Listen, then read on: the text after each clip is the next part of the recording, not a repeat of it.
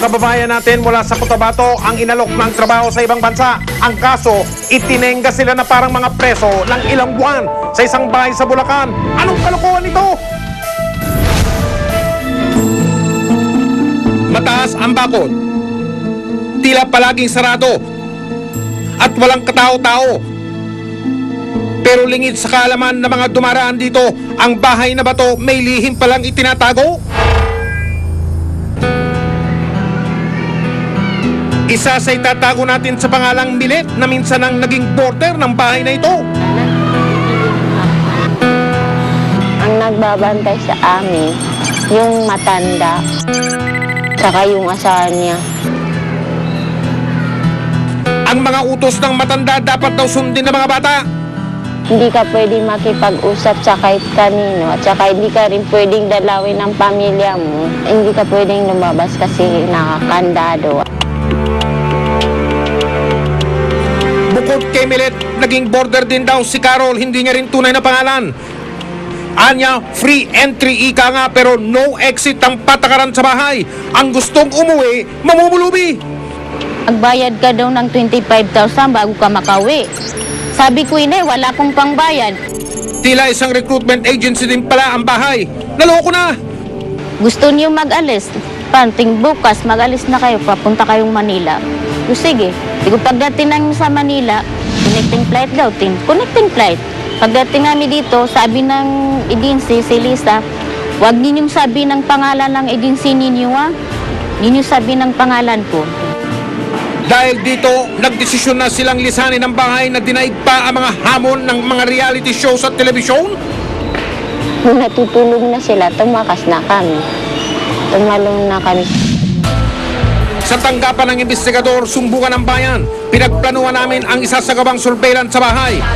Layunin naming masagip ang iba pang pinagkaitan daw ng kalayaan.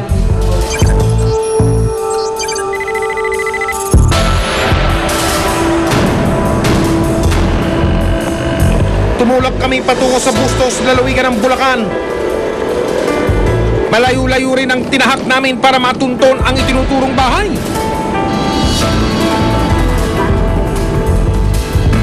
Malapit na ba tayo? Malayo pa.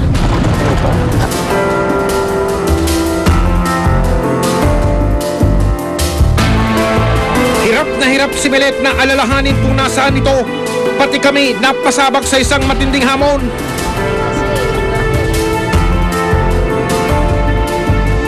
Pero makalipas ang halos isang oras, muli kaming nabuhayan ng loob.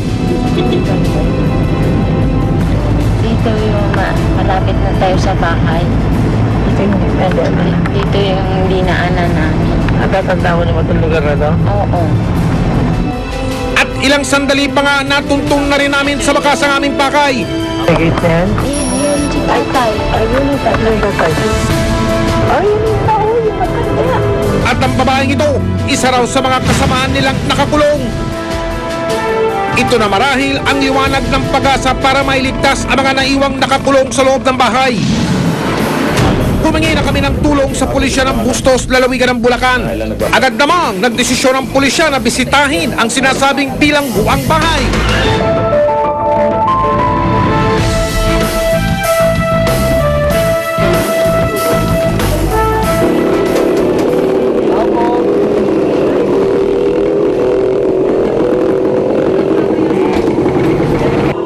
Kasi may ari ng bahay. Hinarap kami ng inireklamong mag-asawa. Ba't di pa nagbabawalan sila kumausap ng ibang tao? Iniingatan lang po namin na sila lumabas ng bahay kasi hindi hotel tiga rito. Kahit pa ho, hindi agency ito, bakit kailangan nyo dito ikulong? Ang kanilang anak daw na si Eliza Bartolome ang nagsabing huwag palabasin ng bahay ang magagaling probinsya. Na yan yung sinasabi ho nila na hindi raw sila makakalabas kapag walang 25,000. Sino may sabi? Hindi po sinasabi sa amin. Ano po masasabi niyo doon? Hindi ho Pwede kami sila humingi ng lumabas? Davao ho. Pero tila hindi na nakapagpigil ang ilang kaanak ng biktima. Tutuwang na po yung pamilya nila na ikinulong. Ay, hindi po pwede kanya. Pala kasi. Hindi pa sila nakakaluwas ng Pilipinas, pinaparusan nyo na sila. Pagdating din naman, parusa rin naman ng tulong din naman ng bansa nila. Sumambat sa amin ang kalunos-lunos nilang kalagayan. Ito raw ang nagsisilbi nilang kainan. Ito naman daw ang kanilang tulugan. Kapansin-pansin din ng mga harang at tarangkahan. Sadya raw itong dinoble para walang makatakas. Tila isang bilang buwang walang lagusan ang bahay. Sa mga kapitbahay, kilalang tao raw ang may-ari ng bahay. Ang pagkakalam ko po, BSO. Ano po ibig sabihin? Barangay Health Worker. Nagsimula na maglakad patungo sa kanilang kalayaan ng mga nakulong sa loob ng bahay.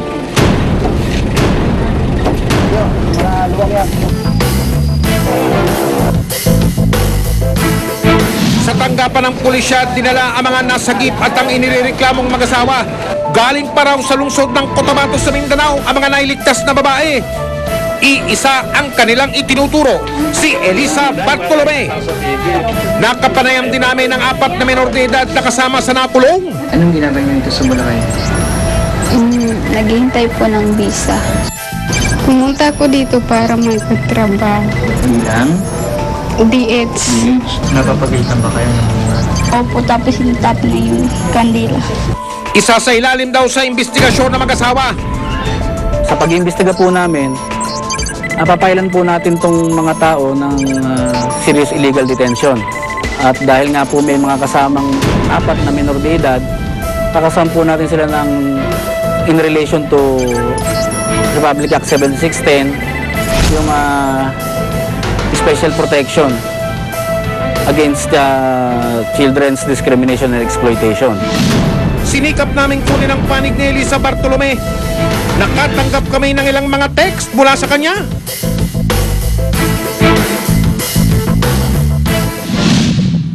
Natapos na rin ang kalbaryo ng mga bilanggo ng bahay. Wala silang ninanais ngayon kung hindi ang makauwi na sa kanilang tahanan sa probinsya. Napayak man daw, may laya naman silang gumalaw at mamuhay ng normal. Kabaliktaran daw ng bahay kung saan nagmistula silang presong nakabihag sa kulungan. Susunod, dalagang nawawala sa lungsod ng Baguio raw na pariwara. Sabi niya wala naman daw po siyang ginagawang masama. Talagang trabaho lang daw po.